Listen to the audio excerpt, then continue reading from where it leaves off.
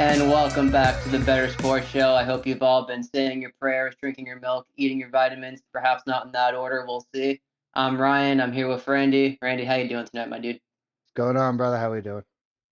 I'm doing pretty well myself. We have another loaded slate of sports to talk about, to recap, talk about betting, and without further ado, I say we just jump right into it.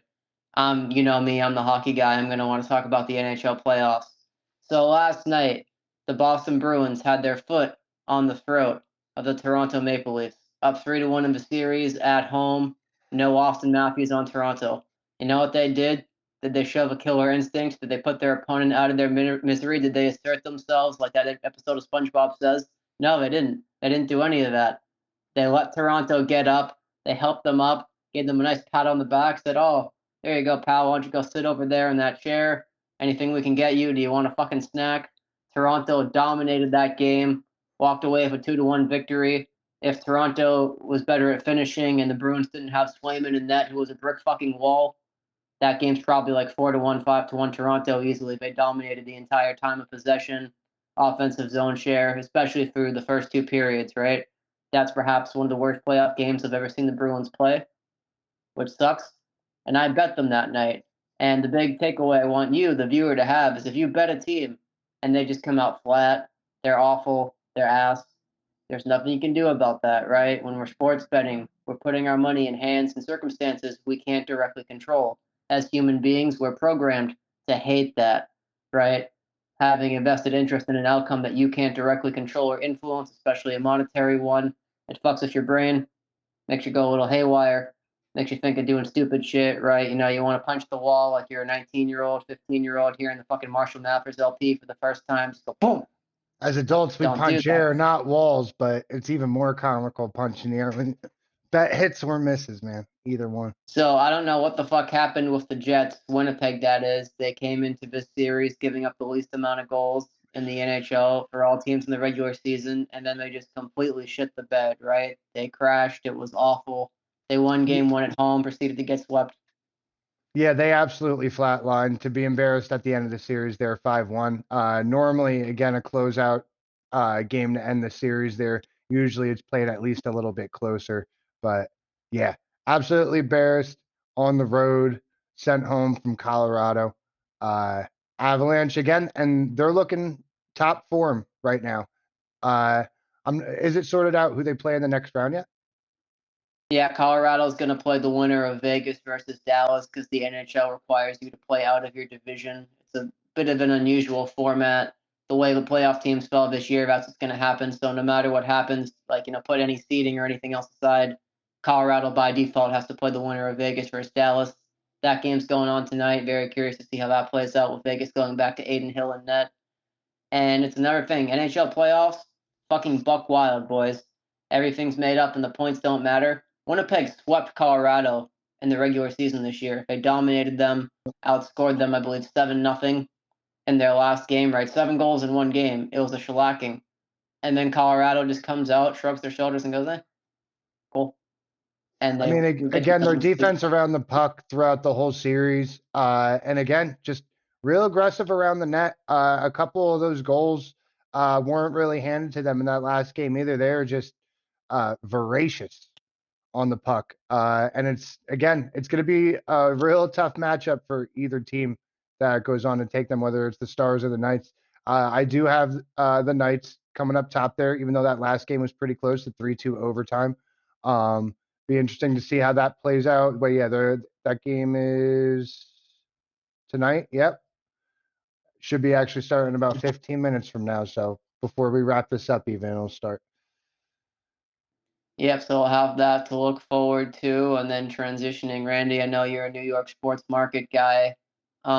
Knicks versus 76ers. So much going on there. What's your take? Well, it's you know, the mainstream media seems to be a bit more accurate with their assessment of this series from the start, even though it was heavier on the Philadelphia side.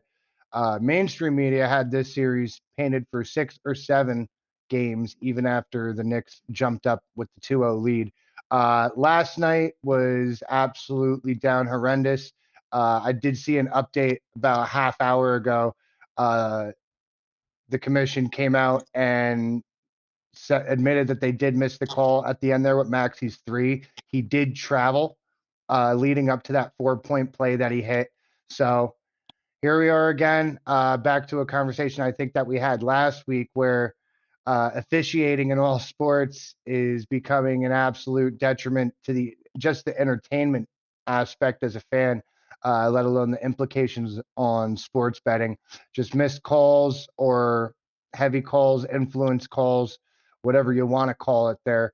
But yeah, Knicks go back to Philly tomorrow night. That will be Thursday night. So Thursday when this is posted, it'll be later that day. It's a must-win situation for them. They absolutely cannot allow Philly to take a win at home and bring the series to 3-3. But on the other side of the New York market, again, doing what they're supposed to do, the Rangers absolutely embarrassed the Capitals. They had them chasing from the beginning of the game down 1-0. They did tie it up 1-1, and then the Rangers took care of business, and now they have been the first team to send, well, the Capitals rather are the first team to be sent packing, but up until last night rather, with the other series playing out. But yeah, so last week, early in the week rather, it was a great 2 days for the New York market. Last night, not too much. Would have loved to see New York close up that series, but we'll have to see what they do in Philly. As a neutral watcher, I can just really appreciate the toxicity of the Knicks first 76ers series. That's some good old drag 'em out, just brawling back and forth. The Knicks fans invading Wells Fargo Center. Of course, Philly fans are always going to have something to say about that. Right, Oh, Madison Square Garden immediately off rip chanting "fuck Embiid."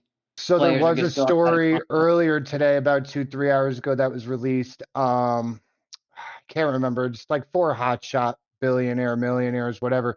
They have collectively purchased 2,000 tickets for Thursday night's game and are giving them out to all, what you call it, like medical workers, policemen, all people that like work for the city and such, and healthcare and everything like that, to make sure that there's hardcore Philadelphia residents present in the Wells Fargo Center Thursday night, so there isn't a rehash of what happened the other night. Because apparently, a lot of people were very upset that New York showed out in Philadelphia's house the way they had. So seems like the big money. I know it's the owner of the Sixers, and it's like 2 or 3 other celebrities. They pulled together a bunch of money and they purchased like a whopping like 2,000 tickets or so.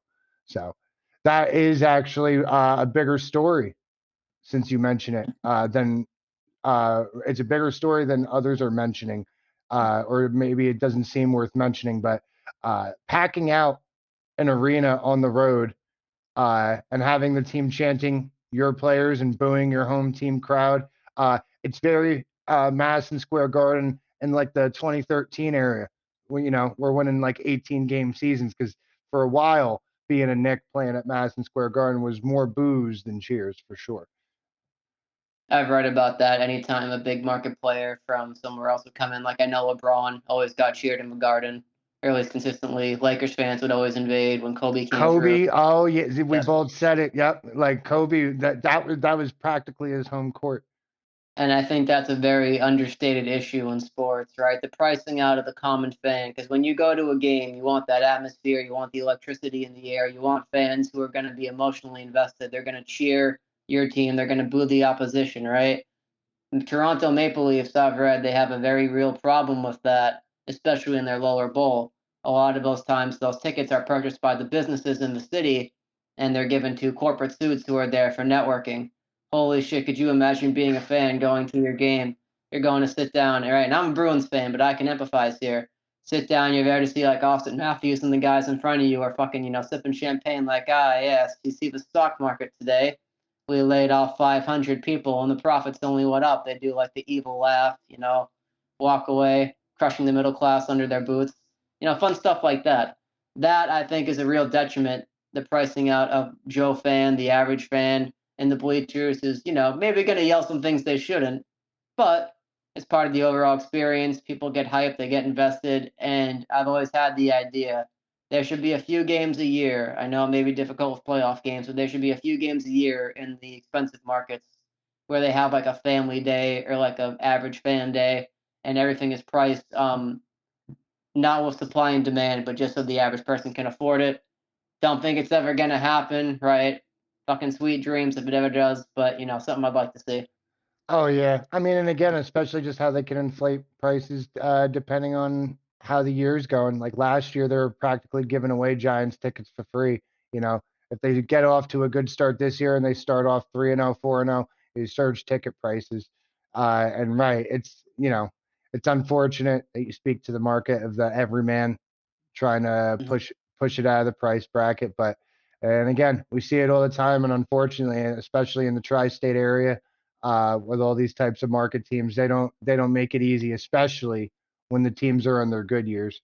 Oh yeah, your team becomes good. Any loyalty you showed to them when they were bad goes right out the fucking window. Oh yeah. Right out the window. And likewise, when they become bad again after years of being good, people Hmm. desert and at the end of a year last year in Gillette, it was rainy, it was shitty out, and of course the team was very bad, not a good product to watch. Seeing those cheap seats and those empty seats was so jarring, right? Because for years you were used to like the Brady dynasty, but it shows, hey, Yeah, that's just how it happens. it's rough. And another thing I want to talk about here: Bucks versus Pacers. Doc Rivers generally has a negative connotation among many NBA fans, right? They think he's a bit of a fraud. He coasted off the success of all the superstar players. He chokes in the second round. If he's up 3-1, what happens next between him and God? He could easily blow that lead. It's a very poor form all around. The fact that he was able to tie this series, right? The Bucks showed up huge at home. Excuse me, I'm not tie the series, but not get eliminated. I believe they're down 3-2 as of this moment, right? Yeah, series is 3-2. The fact that they were able to do that, come together and rally, I think is excellent. Great story to watch. I'm very curious to see how that unfolds because that's a young Pacers team. I think they're very prone to being hot and cold, right? You're a young guy, you don't know how to win, you don't know how to lose. That's why young teams, you'll see they'll be down 15-20 and they'll come and they'll punch right back, right? They can beat those big established teams because, they have no real pressure or expectations, but likewise is true. When the walls do start closing in, the expectations start to rise. Okay, are you going to make a mistake at the end of a game? You're going to go out of bounds. You're going to perhaps not execute the play you were supposed to. I want to see what happens if the Bucks push that to 7. I'm very curious to see how that plays out. It would be interesting, but I do not think the Bucks will be able to get it done. The biggest detriment to this series is just the absence of Giannis. And the Pacers all year, honestly, a lot of the bets that I did cash throughout the regular season, man, oh man, nothing like a good old Pacers over. They just all year pushed the pace quite literally uh, in their team name, but they just pushed the ball down the court, scoring at will. Last night, very uncharacteristic night for them that they weren't even able to break the 100-point barrier, and that they were outscored as bad as they were. Patrick Beverly got off to an excellent start, and then he actually kind of disappeared for the rest of the night as far as scoring.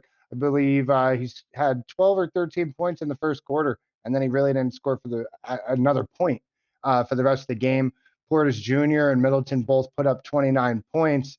On the Pacers side, again, just a very uncharacteristic night all around. Siakam, 12 points, Halliburton, 16.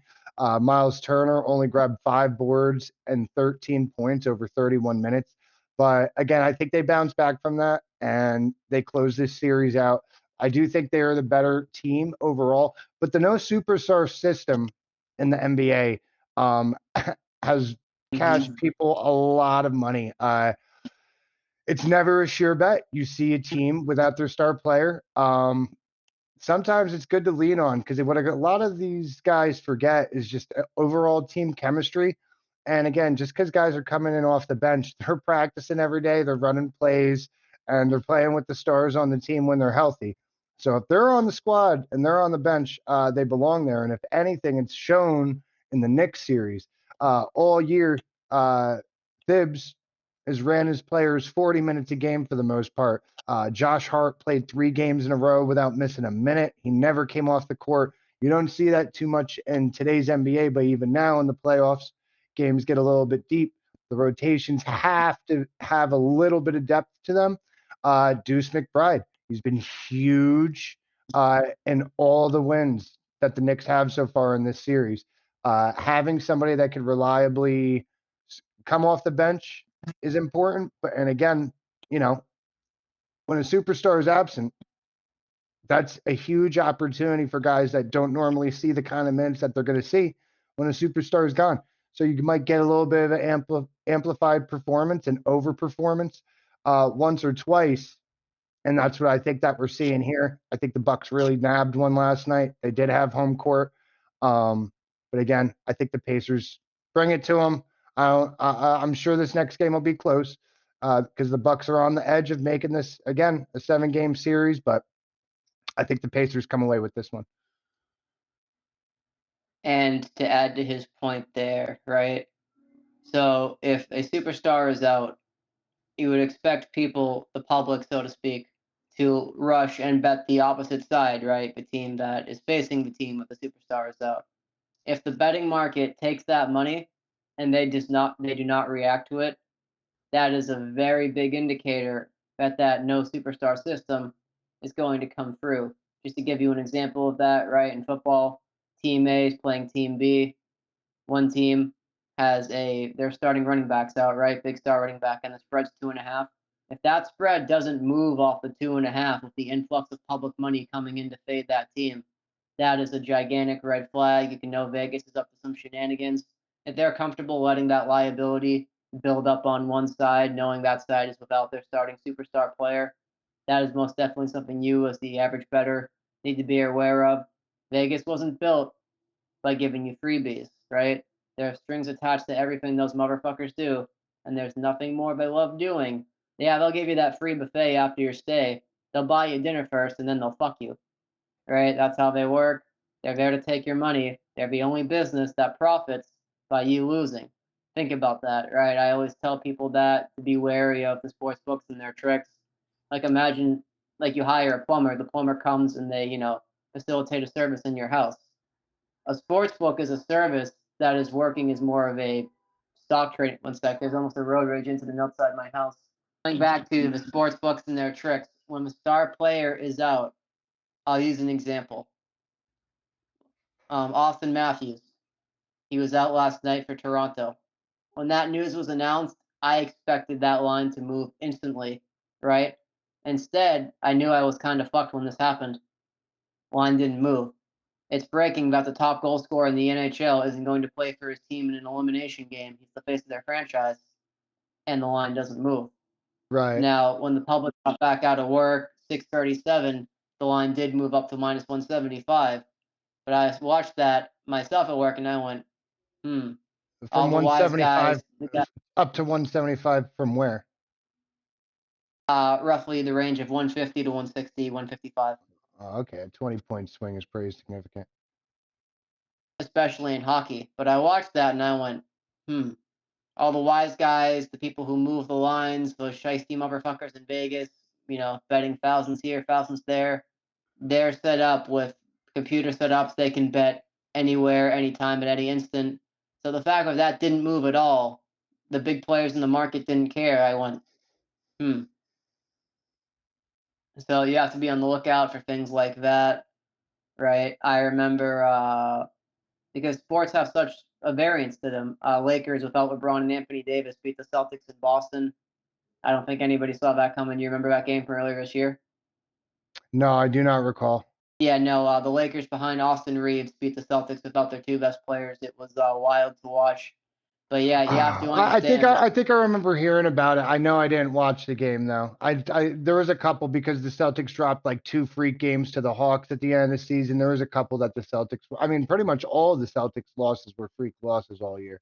Yeah, let's talk about that. Let's talk about the Celtics Heat going on tonight. Celtics looking to close out Miami. Porzingis is out, right? And the Heat, of course, have the power of friendship and Eric Spoelstra. So playing them is always an absolute pain in the ass, just constantly. They could always drain those threes. Something I'm very curious to see. I've talked about this previously on the show. The Celtics, throughout the season, will randomly drop games, right? It's very inexplicable. They'll blow big leads in the third quarter. They'll drop games to teams well below their talent level. And over an 82 game season, yeah, that happens. But it happens just enough with the Celtics. You go, Mm. that's a little unusual. Their failings in the playoffs, well, I know it's unusual to say failings when they make it so far, but I guess failure to meet lofty expectations is a more accurate way to put it. Have been talked about losing game 7 at home to the Heat last year. Tatum's incurred some criticism. People have asked, is he a dog, so to speak? Because he have that extra gear in the playoffs? So I'd very much like to see the Celtics really put their stamp on the Eastern Conference, right? Beat the Heat tonight. Next series, win in 5. Series after that, complete just steamroll. You're up 15 in the fourth. I want to see them winning by like 28, 25, and really assert themselves as a contender. Because I do think, at least here in Massachusetts, there's always going to be that Boston sports talk radio, the media chatter, the yapping. I want to see them put all that to rest. Just really say, nope, this is our title to lose. We're going to go for it. We're going to send a message out there every single night. I mean, I would say Boston, love them or hate them, as far as the Celtics, they're going to be front runners to win an NBA championship for the next 4 or 5 years. Now, if we want a hot take, I feel like I've never seen Jason Tatum truly be absolutely elite superstar status, clutch in the fourth quarter. I hardly ever tune in to a Celtics game and see that Jason Tatum's the best player on the court. Um, and again, in this series, I'm honestly not impressed. While they have whooped them quite a bit, it's weird actually with Miami. They've performed just as well throughout the season without Jimmy Butler as they have with him. So it's actually very hard to make the case overall. Does Jimmy Butler make that team better? Now, does that include the games that they won without him? What teams were those? What were the conditions? Who are those teams missing? And so on with that point. But this team cannot beat Boston again. There's just no way it's happening. I don't see it happening tonight. Might be close. I think the spread's a little thick, but and like I mentioned earlier, usually 3-1 in a series, I would say in just about any sport will be the hardest game played, and that's what we saw last night at the 76ers on the road as well. You're playing for life there, and that's actually about the same thing the Lakers did against the Nuggets, especially being down 3-1, and when they could have easily taken that game to 7. But yeah, I don't see any way Boston drops another game. They are a contender. They are certainly cemented as a contender. They're going to be, again, futures for next season, and I would project personally the next 3 seasons. It's going to be them and the Nuggets unless there's a major trade that happens. But the whole super teams thing isn't as relevant as it was about a decade ago. Super teams are failing. We watched what just happened to the Phoenix Suns. Wasn't even close. And that team on paper is absolutely fantastic. You put Booker and Durant on a team, it sounds like insanity. And it just absolutely wasn't. It wasn't even contentious in that series. So I think Boston absolutely is probably a front runner to get to the finals here. Gotta hope that, again, I think the best contender they're going to see in the East is the Knicks. So I'm really hoping to see that we at least get to see that series. Do the Celtics probably beat the Knicks in a 7-game series? I submit, yeah, most likely. Probably in 6 or 7. Especially with the Knicks piling up on the injury side. They're now down Bogdan Bogdanovic. Mitch is banged up, but he is available. And again, just no Randall. So we're at a lack of big men and deep into our rotation. Not sure if we'll be able to play a full 4 quarters in a 7-game series against Boston if they get there. But I have them as a front runner for the Eastern Conference, sadly, as a Knicks fan. If the Bucks come back and they're able to win this series, right? Say they do, they get Giannis back, they get Dame back. Do you see them maybe having no devil magic? Nope. Got a Just saying better no right now. chance seeing this flag catch on fire by being attached to white paint. You got a better chance of seeing that thumb go upside down. I'll tell you what. There's no way the Bucks win. I would put the mortgage on it, baby. I would put the mortgage on the Pacers. In this housing market, that's very confident. It is. Also, point about the Suns, that jumps off into the next thing I want to talk about. We've seen a gigantic balance of power shift in the West. Kevin Durant, no second round, gets swept. Steph Curry, out in the play-in.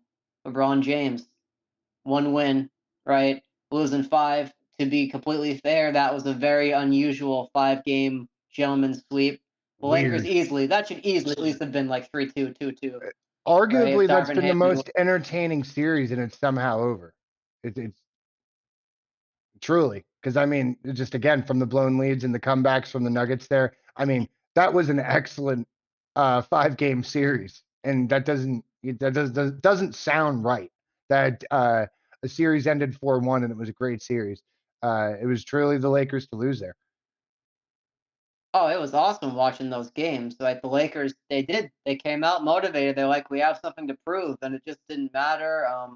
I don't know if you saw Darvin Ham today complained about his starters shooting the bed, and it's like, Yeah, gee, buddy, if there was someone who could, maybe manage those particular things going on, like a coach who imagine. could change the, yeah, That's like but whenever I hear a fighter say it was his night tonight. It's probably the most frustrating fucking thing to hear as just again me just as a coach in general and an athlete in general chalking it up to it wasn't your training, it wasn't your game plan, it wasn't in anything you systemized. It was simply just it was up to the gods, man.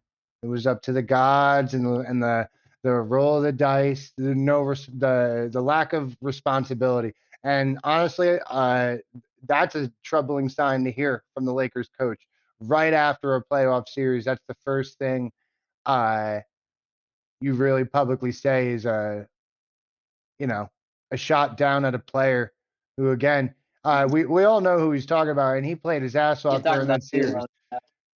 Yeah, You know what I mean? Kid played his ass off during that series, and you're not going to be on every night. And again, back to the Knicks series. Jalen Brunson was not himself the first 2 games, and they came away and won those games. The man has been switched on in the past couple games. It doesn't change much. Everybody around you needs to play well. You know what I mean? So for a coach to come out and say that, you know, hate to see it. so that's because he's got the energy of someone who's like a week and a half into their 2 weeks notice. He knows damn well he's gonna get fired if they want any chance of keeping LeBron, stopping LeBron from opting out. They know Ham's gonna be first on the chopping block. So he's Oh yeah, up there with his coffee and his cigarette. He's like, yeah, I'm just gonna say what I want, yeah, coming in like a bathrobe, like, yeah. But to complete the point, you've seen these young teams start to really emerge in the West. The old guard has not advanced to the second round. The Thunder sweep, the Timberwolves sweep. Anthony Edwards has had a monster of a series so far, and I wonder if this is a turning point, so to speak, with the balance of power in the NBA. In the East, at least, it used to be a pretty much foregone conclusion LeBron was going to come out of the East, go to the finals. I believe almost every NBA finals for a period of time had either LeBron, the Warriors, or the Spurs in some combination, right? So I think going forward, we're going to see a greater diversity of teams. I know the Nuggets are favored to just steamroll, especially when the playoffs roll around, but I'm curious to see how all these young guys come in and start to dominate. I think that's going to be excellent to watch who emerges as the face of the NBA going forward, right, for the new generation. I think it's Ant right yeah. now. I I was know gonna say all eyes on Anthony Edwards. The kid's a stud, and arguably Jalen Brunson right now. 2 guys definitely doing all the right things. that, and yeah, that is something I think is going to be very interesting to watch, for these next generations. And then, when we're old and our kids will be watching, we'll see 40-year-old Anthony Edwards maybe losing in the first round to, some fucking mega zoomer out there, which sounds Yeah. terrifying to say. Ugh. Sports, bro, great cycles. So let's see. Hockey, just to give enough quick synopsis of the hockey series we haven't talked about, admittedly, there wasn't a lot to talk about. Panthers steamrolled Tampa Bay. The Hurricanes steamrolled the Islanders. The Rangers steamrolled the Capitals. Those were I want to say fully expected results. I thought the Tampa would push it at least to 6, but other than that, all three of those teams are supposed to get the job done. They did. Bruins Maple Leafs is an absolute brawl, so you love to see that. Stars Knights is easily going 7. The Forgotten Series, Canucks Predators and Oilers Kings. Canucks Predators. Oilers Most Kings. entertaining those two matchups I think have been the most entertaining so far in the postseason. And Canucks Predators is a great litmus test for some of the things I talk about. Kings Oilers, I think by the time you see this content, that series is going to be over. But Canucks Predators, the Canucks players are talking about this. They're very frustrated with how the game is being called. I've talked ad nauseum in my previous videos. I've told people, listen, if you're betting on playoff hockey, you need to understand a penalty in the regular season isn't going to get called a penalty in the playoffs. They let a lot of things go. There's very poor officiating, or if you're an old school guy, very good officiating. So that caters to certain teams' strengths and other teams' weaknesses.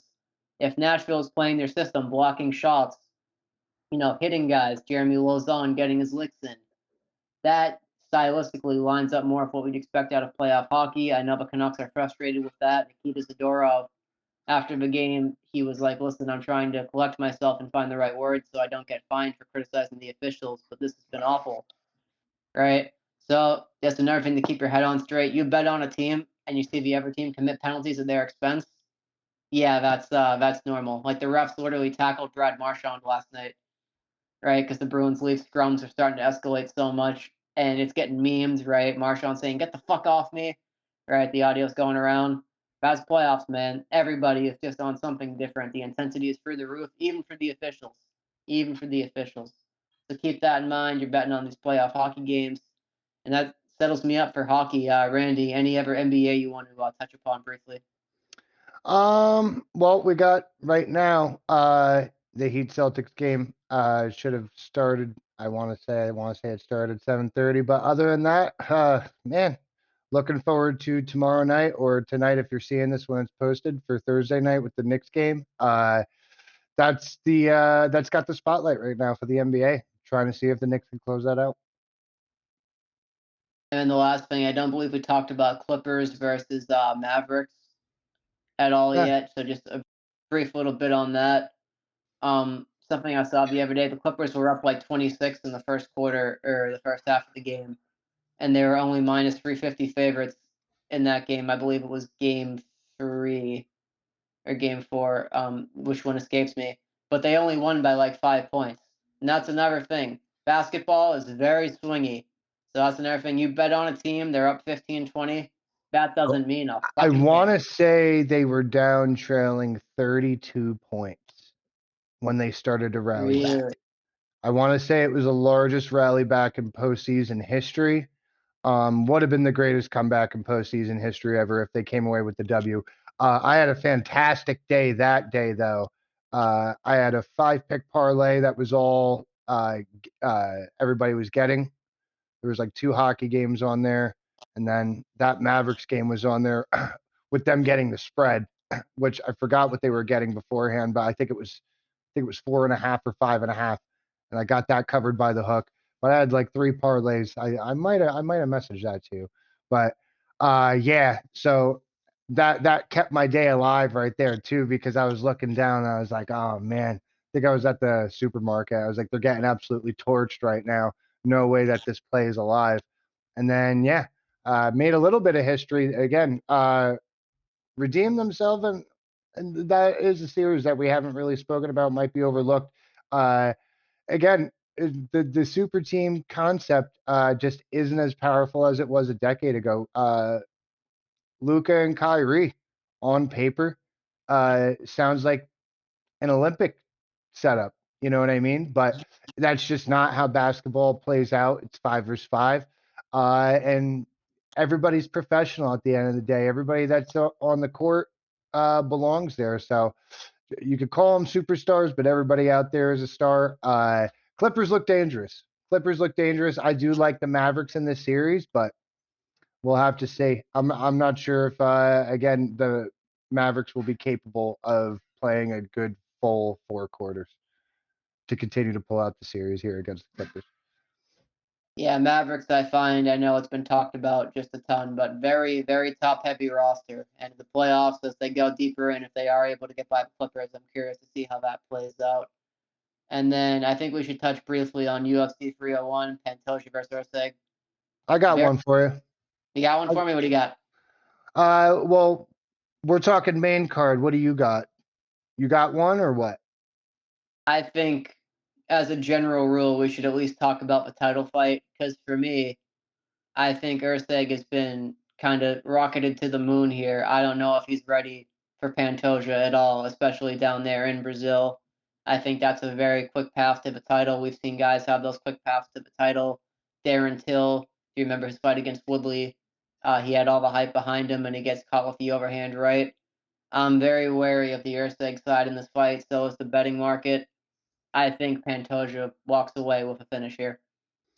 If not a finish, definitely by decision. But the only thing is here, it's just like now this has nothing to do with analytics or watching film, data, none of that. It's just gut instinct. I don't know. I don't know if Pantoja has it for a defense here, and something tells me again, maybe split decision the other way.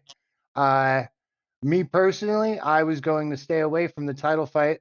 Uh, it definitely intrigues me on paper, though. It's that, but I mean, this card is stacked overall, definitely on the main card.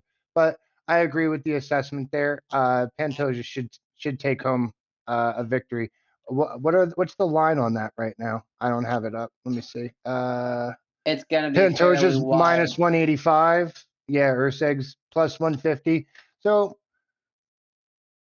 respectable, actually. I'm surprised the line is as sharp as it is compared to some of the other fights. Seeing, I'm seeing wider than that. I have Pantoja over 2-1. I'm looking over on BetMGM. What are you looking on? I'm on Uh, topology, excuse me. that might be. I wouldn't use whatever their odds are listed at because that could be an average. I don't know what sports book they're working in tandem with there, but I wouldn't be surprised if the line changes to that as well.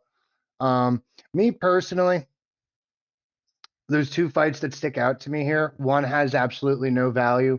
So one thing I really hate about the MMA market, man, these odds are just not as sharp as they should be. They're a little just, I don't know. With as many plus 400s as there are, it's almost insulting to the other fighter. When you really understand what you're betting on when you look at a plus 400, you could have bet all day on an MLB slate for a no home run to be scored in 9 innings. Okay. When each team has 3, 4 power swingers, and that's going to get you a value of plus 4, 500. And that's the same value that we're seeing here for Anthony Smith versus Petrino. And now, while I do think Petrino gets a victory here, a plus 400 to Smith, in my opinion, is absolutely It's just. bonkers, right? Yeah. Are we what are we considering here? And I don't know. So that's what kind of just boggles my mind here when I'm looking for value, which we've spoken to on here in other episodes. So I do like Petrino in that fight. Let me see. The prop odds I don't believe are out just yet. But something I really like heavy right now, and it's been the bane of all my losing bets. But goddamn, I'm going for it. I'm gonna do it again. I'm going for the 37-year-old that everybody's counting out. Yeah, I could see the smirk on your face. It's not a joke, man. It's not a joke. Jose Aldo's gonna go out in the sunset. Not even the sunset. He's got more left in the tank after this. But give me my dog, 37 years old at plus 125. How do I ignore this? Now again, Martinez. It's a bit of it's going to be a matchup. It's going to be a matchup, but Aldo's last 5 fights against Divicelli, decision, lost unanimous, but then he beat Rob Font, Pedro Munez, yuck, and then Marlon Vera. So he's looked good, and these are all decision fights. So I don't see any real. I would think it's low percentage that Jose gets finished early here. So if we take that, oh, we good here? I thought we just cut out. Um, Yeah. if what was I saying? Oh, the past 4 fights, they've all ended in decision. 1 loss, 3 wins. So I find it very unlikely that Aldo gets finished early here. But with that being said, Jonathan Martinez, he's not no he shouldn't be counted out. He's 19-4. But and he's on a roll. What we got here? 1, 2, 3. Got 6 wins. But again, I think he pulls something. Jose Aldo pulls something off here in the later goings of the fight. He is who he is at the end of the day. He's not quite some of these other veterans sticking around much longer past their prime when a lot of their utility to their game has gone to waste. He still looks great. He's stood ageless uh, in the eyes of many here. His cardio is great. He's got knockout power still. He's as well rounded as they come. Hard to pass up a plus 120 Jose Aldo wager. So the reason I was smirking earlier is because generally I am on the opposite of you, right? Fading the older fighters, the fighters who perhaps aren't in their prime, have some injury history. I'm actually with you on this one. Jose Aldo in Brazil, in what could be a retirement fight, will most definitely be a fight where the fans are gigantic behind him. I think he gets it done as well. Also, I'm going to be a little spicy here and say if you're a judge down there and it's a close fight, right, 2-1 one way, you're really going to give it to Jonathan Martinez in Jose Aldo's backyard. That could be very detrimental to your safety there, bud. I know hometown cooking decisions happen on occasion. I believe Till versus Wonder Boy was one people point to a lot, and other ones as well. So just throwing that out there. I also like the Aldo side. I wouldn't bet against the Brazilian legend in Brazil. I think he's going to come out firing by all accounts. Like he's Jose Aldo. You know what you're getting here. And then the only other fight on the card that really stuck out to me going through here, as opposed to UFC 300, this isn't a card where you're going to have tons of mainstream names, but there are tons of excellent fighters on this card. Only other thing that stuck out to me, I really want to bet Paul Craig. I don't know if I can justify it. That's another one too. Let me see if I can pull up the snapshot of the odds there. Yeah, plus 425. Put some respect on Paul Craig's name. It's a little that's worthy of a sprinkle. Depends on how the betting day overall is for me by the time we get to Saturday, but that's worth a half unit sprinkle for me at plus 425. You can't count that guy out. Not at all. You know, he's going to have the ridiculous intensity. He's looked better at this weight class. Cal, his opponent, is very good. For those of you who may not know him, he's part of a gym, the Fighting Nerds. No, I'm not making that up. Oh yeah. They've, yeah, you know about the Fighting Nerds. Oh yeah, no, it's not a joke. Not a joke. They are legit. They've had some guys come through the Contender Series, and they always look extremely prepared, dangerous. He's dangerous himself, so it's going to be an excellent fight. I can only imagine what the prop is for it to not go the distance. We're 100% going to see a finish here with how these two guys like to fight, their finishing capabilities. I think it's going to be a banger. And when you have those crazy volatile fights like that, where guys will be going for finishes, and at any point in time, someone could get swept, caught in a submission, rocked on the chin. I do think that type of fight environment heavily favors the underdog, right? Underdogs thrive in chaos when the favorite isn't allowed to execute their clean system, right? Underdogs generally, in my opinion, in sports, they win by mucking things up, right? Creating discomfort. So just throwing that out there. I like Aldo. I want to like Craig. I don't know if I can do it. And also, the benefit is if he wins, you can get up on your couch and do the fucking Braveheart speech in your living room, Or right? Come punch back air. here, tell our enemies exactly. So I always want to bet the Bear, Drew. That's just me though. Funny you say that. I actually had some content come across my timeline this morning. I had no idea this was true. Quentin Tarantino had written the Bear Jew role for Adam Sandler, and he was supposed to have that role, but then Adam Sandler was filming a separate movie at that exact time, and they I can't recall what his name is, Eli Roth. He ended up filling in that role, but imagine that in that scene.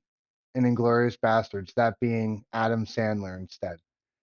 Holy fuck! Could you imagine Adam Sandler and Glorious Bastards? Oh, that was Yeah, Eric Hitler drinks Gatorade. Love him. water. Him coming out of the cave with the bat. How brutal that scene is. Just trying to imagine like Happy Gilmore Adam Sandler, but the ruggedness of World War II. I don't know, man. I feel like we were really we were gypped. That's something that we didn't want that. We needed that, and it was taken from us. But on that note, Sketch comedy wasn't fucking awful these days. One of the late night shows has this. They could have had this teed up, right? Inglorious Bastards parody. Bring on Adam Sandler. You can give him the golf club, the '80s Bruins jersey, like he has in Happy Gilmore. He can come out and recreate that scene. So yeah, feel unreal. free to steal that. Jimmy Fallon, just try not to fucking die fake laughing when you do it. All the rest of you. So yeah, that's just my 2 cents Yeah, man. on that. And that wraps me up. We've covered all the topics I want to talk about tonight. Randy, you have anything else? No, about does it. I think we covered just about everything. The weekend will be unclear to see until we see how tonight and tomorrow pans out with the rest of the NHL. You know me, I'm on my MLB plays daily throughout the day. But other than that, yeah, all the major marquee stuff we've covered, and always best to not dig too deep into the UFC card. That's my one that stands out to me. I like my Jose Aldo money line. Nothing complicated there. Same for me, and that about wraps it up for me. So if you enjoyed the show, be sure to leave us a like, a comment, subscribe, all those fun things influencers and content creators ask you to do because they help us out. They help move the needle. We'll be back again next week. We have some more content planned for you all. So until then, stay safe. Don't do anything fucking stupid. Bet responsibly. Hope your team wins unless they're facing my team. In that case, fuck you. Okay, that's it. Bet the mortgage. Peace. You got me feeling lucky. I'm putting everything on black.